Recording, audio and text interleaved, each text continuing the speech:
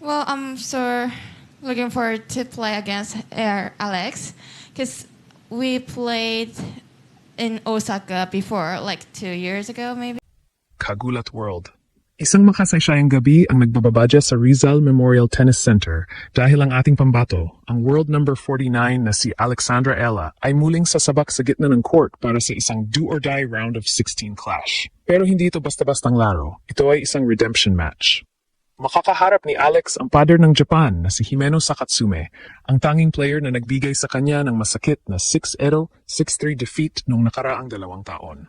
Sa labas ng stadium, mahabang pila ng mga Pinoy fans ang hindi inalintana ang init, nagbabaka sakaling masaksihan ang pagbangon ng ating tennis queen sa sariling lupa. Sold out ang energy at damang-dama ang tensyon. Habang ang number 5 seed na si Camila Osorio ay kampante ng naghihintay sa quarterfinals matapos ilang paso si Mai Hontama, ang tanong ng sambayanan. Kaya bang panindigan ni Alex ang pagiging second seed at ituloy ang pangarap para sa kauna-unahang WTA title sa Pilipinas? Sa videong ito, hihimayin natin ang bawat anggulo mula sa injury scare ni Alex sa kanyang debut win hanggang sa technical na bentahe ng kanyang lefty power laban sa quick returns ni Sakatsume. Ito na ba ang paghihiganti na magpapatalsik sa multo ng nakaraan o muli bang mangingibabaw ang grit ng Japan? Huwag kukurap dahil ito ang pinakamalaking tennis event sa kasaysayan ng bansa. Ang bawat hininga ng mga tagahanga sa Rizal Memorial Tennis Center ay tila tumitigil sa bawat palo ng bola. Hindi lang ito basta tournament, ito ang WTA 1-25 Philippine Women's Open, ang kauna-unahang pagkakataon na dinala ang ganito kalaking professional tennis event sa ating bansa. At sa gitna ng lahat ng ito, walang ibang pangalan ang sinisigaw kundi si Alexandra Alex Ella.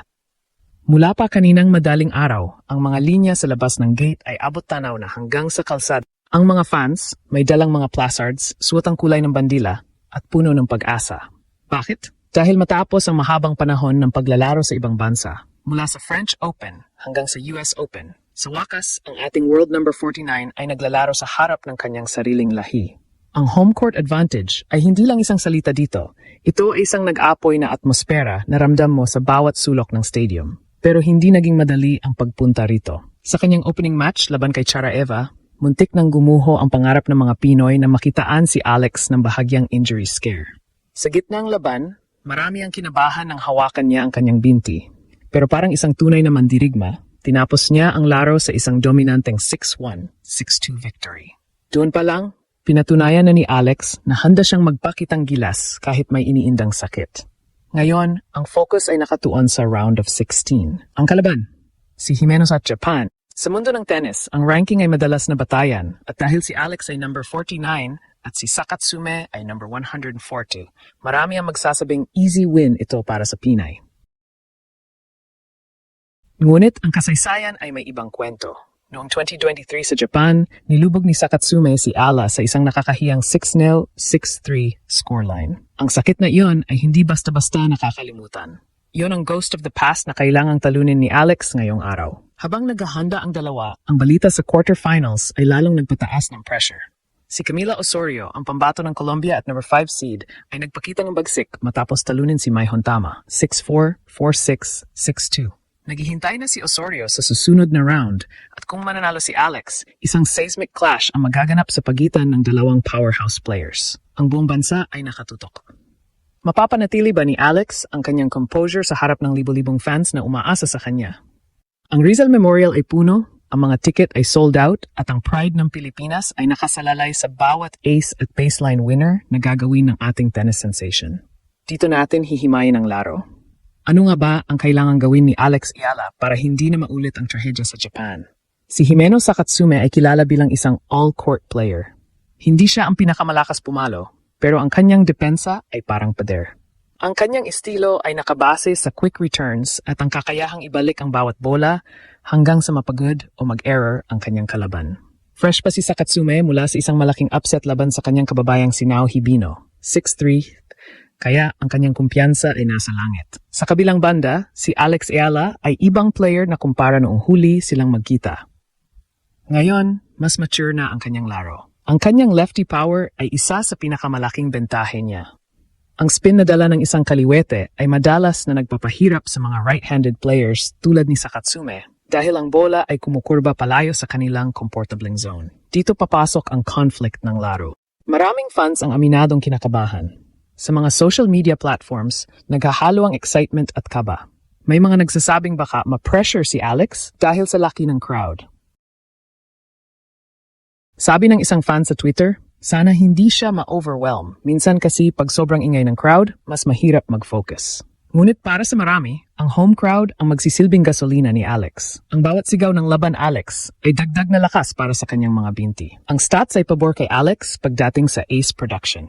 Kung magagawa niyang makuha ang kanyang mga first serves ng maaga, mapipilitan si Sakatsume na maglaro ng depensa sa baseline. Pero kung hahayaan ni Alex na makapasok sa rhythm si Sakatsume, doon siya pwedeng mabulaga. Ang pressure ay massive dahil hindi lang ito basta tournament points para maakyat sa Grand Slam rankings. Ito ay ang responsibilidad bilang second seed ng tournament. Siya na lang ang natitirang pag-asa ng Pilipinas sa singles draw matapos malagas ang ibang wildcard entries. Ang mga analyst ay nakatingin din sa kanyang injury. Sa kanyang unang laban, nakitang may bahagyang pag-aalangan sa kanyang galaw sa dulo ng second set. Kung ang injury na iyon ay lilitaw ulit, maaring samantalahin ito ng Japanese player sa pamamagitan ng pagpapatakbo kay Alex sa buong court. Pero ang grit ni Ala ay hindi matatawaran. Mula nung bata pa siya sa Rafa Nadal Academy, itinuro na sa kanya na ang tennis ay 90% mental. Ang Manila Redemption, na ito ay hindi lang tungkol sa pisikal na lakas, kundi tungkol sa pagpapatunay sa sarili na ang batang natalo sa Japan ay wala na. At ang nasa harap natin ngayon ay isang ganap na kampeon. Ang laban na ito sa pagitan ni Ala at Sakatsume ay may mas malalim na kahulugan kaysa sa score sa scoreboard. Ito ay nagpapakita ng global impact ng Philippine tennis. Sino ang mag-aakala na ang Manila ay magiging destinasyon ng mga top players mula sa iba't ibang panig ng mundo? Ang mga mata ng tennis universe, mula sa Australia hanggang sa Europe, ay nakatutok ngayon sa Rizal Memorial.